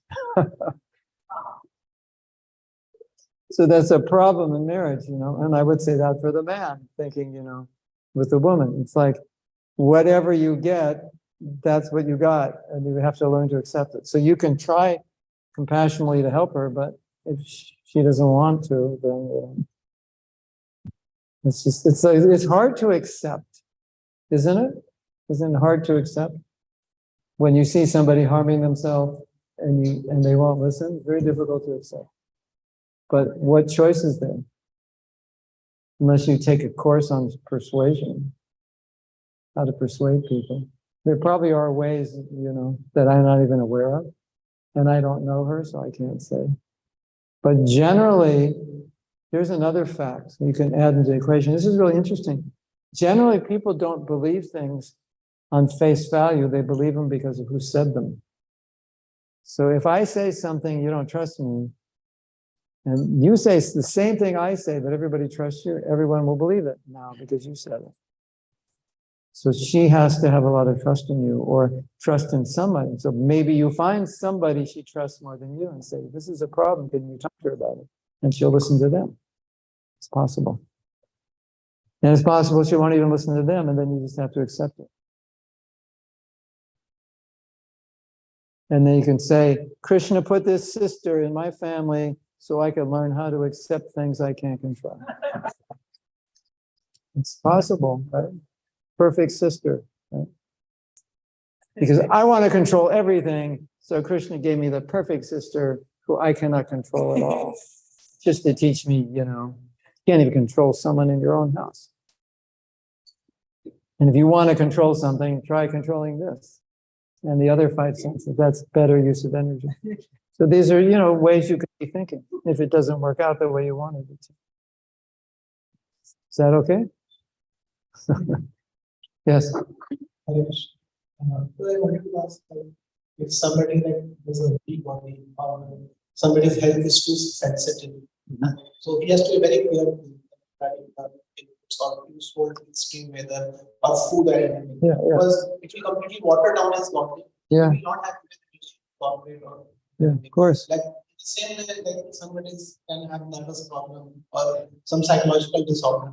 Yeah. So I will forgive some things, but it will affect me a lot, and it will completely make me not functional, and it will water me down. So in that situation, is it good? Sometimes what I think that I should remove myself from that situation, or avoid that situation, because I know that I am very too sensitive to it. Yeah. And I will be non-functional, and I will not do my emotional service properly. Yeah, exactly. Well, that was my answer. That was it. If you can't solve it any other way, then, like I said, move to America, and you won't have to deal with it. But I'm serious. I know couples who had such problems with their families. They look for jobs in America. And then they were fine once they moved to America. Because sometimes that's the only solution. Just get away from the fire that's burning. I'm not saying that's the best solution, but sometimes it is, We have a saying in America, in nice neighborhoods, you have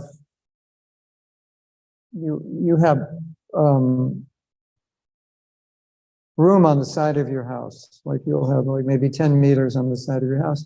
Then there's the neighbor's house, and then you have a fence or a wall. And so we say, good fences make good neighbors. You heard that before? It's like, so we just we're all blocked in here, so we don't have to interact with the neighbors. So we see them once in a while, but they're not involved in our life. We're not involved in them. So we have very good relations. Hi, how are you doing? Good morning. Nice to see you. Good fences make good neighbors. So sometimes, you have to build a fence. I always would say, you want to do what's most Krishna conscious first and try that. And if that doesn't work, you have to take maybe practical steps to keep your sanity. Yes. Does a mic reach the lady side, or you have another, or you have to come up? She wants to ask you. Okay. Thank you. I was appreciating, Sort of. Thank you, Krishna. I was appreciating what you were saying about how when we try to fulfill others' needs, then our needs often get met. And then when we were talking about how sometimes we have unhealthy needs, I was thinking that sometimes, we're taking this philosophy, this forgiveness and tolerance and stuff. The longer that we're devotees, the more that we'll come across people who will be newer, and they'll have issues, or they might get angry with us. And of course, there's space, and we can forgive them. But if we really want to help them, then we should try to help them in a way that they can also let go of that anger. But if it's an unhealthy need, how do we deal with trying to help them with that? They have an unhealthy need, or you have an unhealthy need? If they have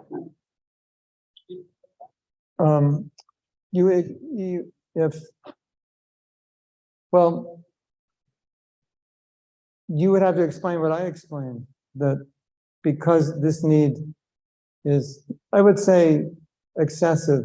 It's beyond what you could normally expect from people. You'll always be frustrated.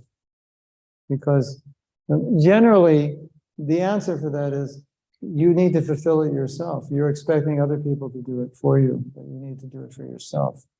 And then when you do it for yourself, you won't need other people. But you'll still have normal needs. But these excessive needs, you say, why not give it to yourself? I gave class today, nobody said anything. So I'm never giving class again, I'm depressed. That's a really strange way to live, right?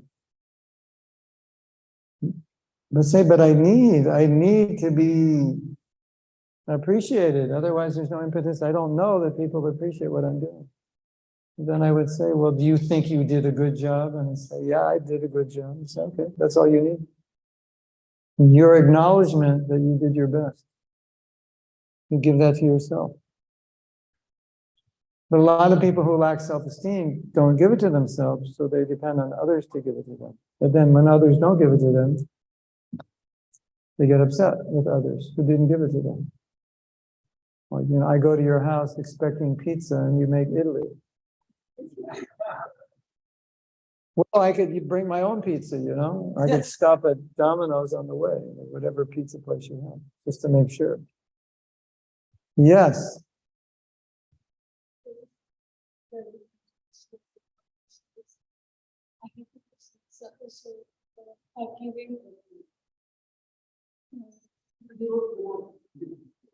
Forgiving, if we are repeatedly forgiving, sometimes we feel that we are the only person who is adjusting, who is coping up with the situation, but the other person is not. Yeah. So we get sometimes really upset and sometimes depressed. So how to deal with it, how to look at it? Don't expect them to change, but let them know what you expect. And let them know if they continue acting this way, you will distance because you can't deal with it. But they have to know what you expect. Because if you're just tolerating it, then they think you'll, whatever they do, you'll tolerate, right? So you have to let them know. I'm tolerating internally, but externally, this is not tolerable. This is not proper. You're crossing my boundaries. Then I guess the next question is, what if they keep crossing your boundaries? Then you have to get stronger. And every time they cross, you have to tell them, this is not acceptable. This is not proper. And then you have, if that doesn't work, you have to get a job in America. Yeah. My second question is, Prabhupada actually did this.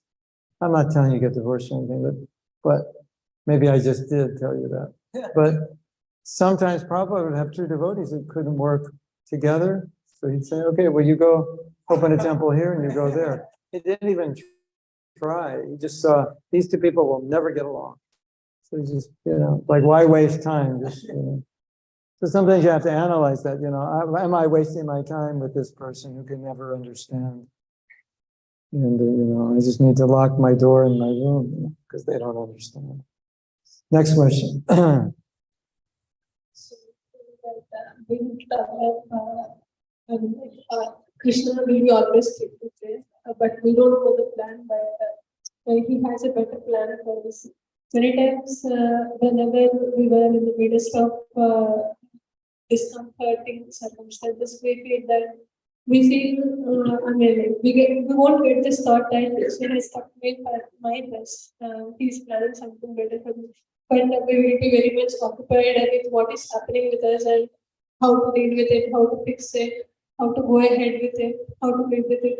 So these things occupy the mind completely, and Krishna, the thought only won't come into the mind. So how to develop connection in the midst of discomforting circumstances that Krishna is there to make feel Well, like he's working. You have to reinforce that. Krishna, I know you're there. I know you'll take care of me. To say the thing, Krishna reciprocates with your mentality. So you're seeing this bad situation, you're starting to doubt. Right? well, if he's God, and like, why is this happening? You know, I chant my rounds every day, etc., etc. And Krishna's like, oh, you doubt me. Okay, well, I think I'll just disappear. You know, I'll add some more trouble for you because you think, you know, I don't care about you. So it's always good to expect Krishna's, that's one of the principles of surrender, to expect Krishna's mercy. So rather than like, oh, why is all this bad happening to me and I'm worried and this and that, try to spin it around the other way. Krishna, I know this will work out. I have trust. I know you will take care of me. I know this. I may not even know why this is for my interest, but I know this. And I'll find out. And then Krishna will reciprocate with that mentality of you expecting his mercy. Rather than saying, where's the mercy? I want it now. I'm giving up hope. You know? So sometimes Krishna wants to see, well, do you really believe me or not? Because I've just put you through a situation where if you don't really believe in me, right now you're going to not believe in me. So he's kind of giving you this opportunity to show your faith. So you could see it that way. Oh, here's a big opportunity to show Krishna I won't give up. And I'll accept this as your mercy. But I often think, when I look at these situations, I often don't think, oh, Krishna's doing it. I often think, I'm doing it by the way I think. By my past action. So I look at, what did I do that got me in this situation? What am I thinking that got me in this situation? You know, just like yesterday, one devotee was saying, this is difficult. And I said, every time you say it's difficult, it makes it more difficult. You know, as opposed to saying, it's difficult, but I can do it. We're going to get through this. So that's where your mind's going. So you want to be careful where your mind and heart are going and what your actions are. Because you'll usually the goal usually will end up where your mind is thinking you're going to end up. And if you have these worries, this may all work out really in a very bad way. It probably will. Because then you're showing your lack of trust in Krishna. And, you know, there may be reasons. There may be karmic reasons. Or reasons that Krishna is making things happen a certain way. We have that trust that I'm his son or daughter. He's always taking care of me. He won't let me down. Just might look like it. And Krishna likes to see your faith. And that faith is there. It's like, okay, pass the test. Here's the jackpot. Here's the prize. But a lot of times the prize is just the consciousness to deal with the problem. Like giving you, it's like this external situation is not going to change, but he's giving you the consciousness so you can deal with it and not be upset. So that's part of it. So if you're looking for the external situation to change, you're thinking, oh, Krishna is gone. But maybe he's putting you in situations where you could learn how to deal with it better. And that's the real gift. And you're not saying that. And you're allowing your mind to, work against you. Instead of getting the benefit of seeing it, it's just making it worse. You're allowing the external to make it worse. That's how I think, personally. Because I see it. Wherever my mind and heart are, that's what happens in my life. Somehow Krishna will take care of me. I don't know how, but he will. And he does. But when I don't know how he's going to take care of me. I'm really worried. I don't know what if this happens, what if that happens. As soon as you say, what if this and that happens, it usually happens because that's what you're thinking about happening. Isn't it? Well, what if I lose my job? You go to work today and you get fired. Well, what if they, promote me? If I think I deserve it. You go to work today and we have a promotion for you. I can't say it works 100% that way, but the mind puts out energy, and people pick up on the energy. So it's mind is directing us. We go where the mind tells us to go. So it's important to be positive and trust Krishna. I have trust in you. You say, how can I trust Krishna? That was the question.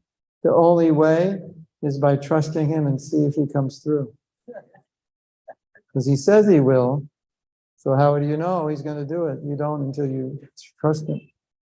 Right? If you don't trust him, you can never test that.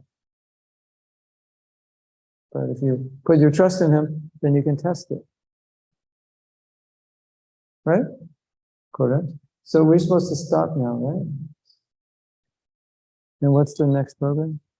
For you. No. No, we're fasting. So no. It's tomorrow. Oh, it's tomorrow. What's today? I thought it was today. Oh. Okay. Whatever you say. Hopefully the devotees have cooked. Okay, one more question. Yeah. Okay. Mahaprasad Govinda. I thought it was today. Hare Krishna, Guru, thank you very much. So you were saying that if we have resentment, then we will be seeing faults in others. So how to come out of that resentment? How to remove the resentment? You know, I heard this one. There's, you know, you have Paramahansa Yogananda. Is he in India? Self-Realization Fellowship. I don't see him much in India. He was a Bengali that came to America like the 1930s, teaching Kriya Yoga mixed with Christianity and other things. And one of his disciples, it's interesting to listen to how they speak, because they kind of trying to speak spirituality to a mainstream audience. But it's, you know, it's mostly Vedic. And he said, rather than let it go, just leave it alone. So it's kind of the visual would be is like, there's this problem like resentment. So I don't think let it go, because then it's in here. I'll just go, I have this resentment, I'm just going to leave it alone. I'm not going to give attention to it. When we say control the mind, what we actually really mean, although we never say this, what we actually mean is control our attention. Because the mind has, what, let's say 50,000 thoughts a day. You can't really control those thoughts, but you can control the thoughts you focus on. Right? So if you focus on, if you let it go, you just leave it alone, not let it go. If you leave it alone, it's not even there to focus on. It's not on your priority list. Put it in the closet. It's an old shirt. I don't need it. Just leave it alone. But I would also like to say that it's a lot easier than you think. Like if you think, oh, this is difficult, I can't let it go. I can't leave it alone. Well, try it. See what happens. And if I said to you, I will give you 1 crore rupees right now if you let it go, would that be easier? Maybe it'd be easy to let go. This is a really good question, because this can kind of frame everything we've spoken about. I know we've been sitting here a long time and you're hungry and tired and whatever, but now I'm getting excited. I'm sitting up. Okay, so one of the problems I see in the world in general is that people allow themselves to house things in their heart and mind that are not healthy. Not only not healthy, but also damaging. And if you will notice, the people who are most successful, either materially or spiritually, are very careful about what they focus on. So you want to focus on things which are going to help you, not on things which are going to harm you. So maybe I don't like you, but I'm not going to allow myself to focus on that. I'm just going to see you and think, you're a nice woman, you're a nice lady. You stole all my money, but whatever. I don't want to focus on that. You know, that's Krishna's arrangement. Money, there's so much money in the world, you know, you can always get more money. But if I allow myself to focus on what you did and how much I don't like it, I'm just harming myself and bringing myself down. And so we too often allow ourselves to feel and think things which are unhealthy for us, which totally have nothing to do with what we're trying to achieve. So if I just focus on what I want to achieve, and then I ask myself, what should I bring into my consciousness, my heart, my mind that's going to help me, and what should I keep out, it becomes very simple to actually do it. And resentment obviously is not going to help me. So why would I want to hold on to it? It has no benefit for what I want to achieve in my life. And maybe it's resentment with my husband or my wife. That's just going to destroy the relationship. So why should I allow that? Why should I bring that? Or the anger or the desire to control another person. It's destroying the relationship. So just like, leave it alone. This anger is floating around. Leave it alone. The desire to control is floating around. Leave it alone. Until you can pick it up and use it for what it is you want to achieve, leave it alone.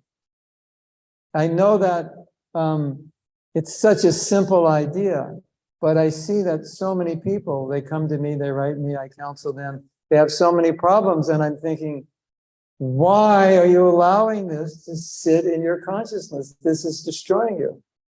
But we don't step back and think, I don't have to allow this. It doesn't have to be there. You can actually choose to just go, okay, we'll leave this alone. Let's this resentment just dry out, put it in the sun, it'll just dry out. I don't need it. We can actually do that, but we don't think we can. And what do I need? I need compassion or whatever it is I need. Why don't I just bring that and put that in? How do you do that? It's so hard. And then we start saying things like, I'm too fallen, I can't do that, it's too difficult. And then that just destroys it. So then if you want to be compassionate, don't tell yourself, I can't be. Because if you tell yourself you can't be, you're reinforcing it. That's why we have affirmations. I am compassionate. I can be compassionate. I will be. We have affirmations to reinforce. This is what I want to be. Like we just did a self-care workshop and one devotee said, but these are affirmations. I don't even believe in them. I said, that's the point. That's why you say them. Because these are the things you need to believe in, because you believe in all these other things that are messing you up. You need to believe in these affirmations. So it's a simple thought. You know, it's like you're going shopping. What do you put in your shopping bag? All the things you don't want to eat? Okay, I don't like Corella. Let's take that. I hate oranges. We'll get a dozen of them. No. But we do that with our minds. We buy things and put them in our minds that don't even help us. We don't even like. We don't even want to think. We don't want to eat them, and we put them in our shopping bag. Isn't it? Isn't that crazy? Yeah. So think of your mind and your heart like a grocery store. There's so many things you can put in your bag, and you choose what goes in the bag. And so why would you want to put anything in the bag that's not nutritious and you don't like it? It's that simple. It's actually that simple. And once you understand it's that simple and get over this, I can't do it, it's impossible, it's difficult, it's never going to happen, I'm specially fallen. And once you get over that, you'll see how simple it is. Just, oh, here's the thought. Okay, we'll leave that one alone. It doesn't help me. Why do I want to think of that? Just throw it out the window. And better than leave it alone, throw it out the window. Yeah, okay, here's another one. Throw it out the window. You can actually do that. If you can't do that, then there's no, karma is unfair. Karma is unjust if you can't choose. Like if you just go in the store and all the fruits and vegetables just fly in the air and fall in your bag and you have to eat them. Okay, no karma, right? Karma is finished. But because we have choices, then there's karma. If there's no choices, you know, you just, right? No karma. Just it'll all fall in the bag and it's perfect. And you have no choice. Yeah. So I mean, I like somebody, but I choose to not dwell on them. So, whatever. I think nice thoughts. I hope everything goes well with them. I just wouldn't want to live with them. But then I don't want to live with them. But then I bring them in my mind and beat them up in my mind. So I'm living with them. It's like it doesn't make sense. This person I have this resentment for. I don't want to bring them into my life, but I am through the resentment. So if you think that way, then it all makes sense. Correct? All questions now, 10,000 rupees. We're over time. Okay, wait. We're going to break. If you have a question, you just come up here and I'll answer. Okay? because we want to let you take prasad. I mean, you can all hang out around here if you want, but I just don't want to hold you any longer. Thank you very much. Srila Prabhupada ki jai. Prabhupada. We have books in my books in the back. You just turn around, Buddy is there waiting to sell you everything on the table. And you can buy books for your friends, and you can buy books for your enemies. Make them your friends. Yeah, we have the full forgiveness class on USB, and we also have on. We also have the course online. We need to post the address for the course online. You have the address? Yeah. Can we post it somewhere? I have it on my phone. If you give me my phone, I can show him the link. What? Oh, phone died. Even though it was plugged in, or it was not plugged in? Okay. Go ahead, the question. Oh, yeah, come.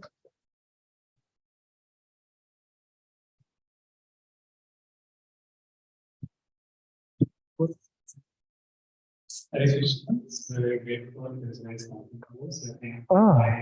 one time chanting Hare Krishna.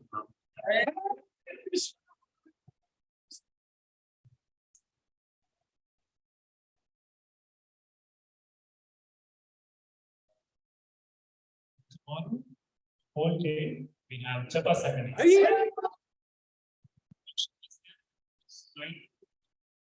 At the first song. Children's Day. So, I will be giving 11:50 to 11:45 class. Attending breakout. Again, 3 to 6 in the next class.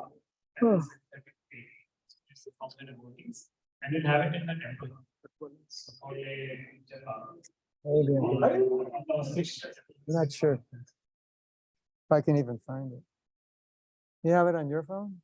The address of the app?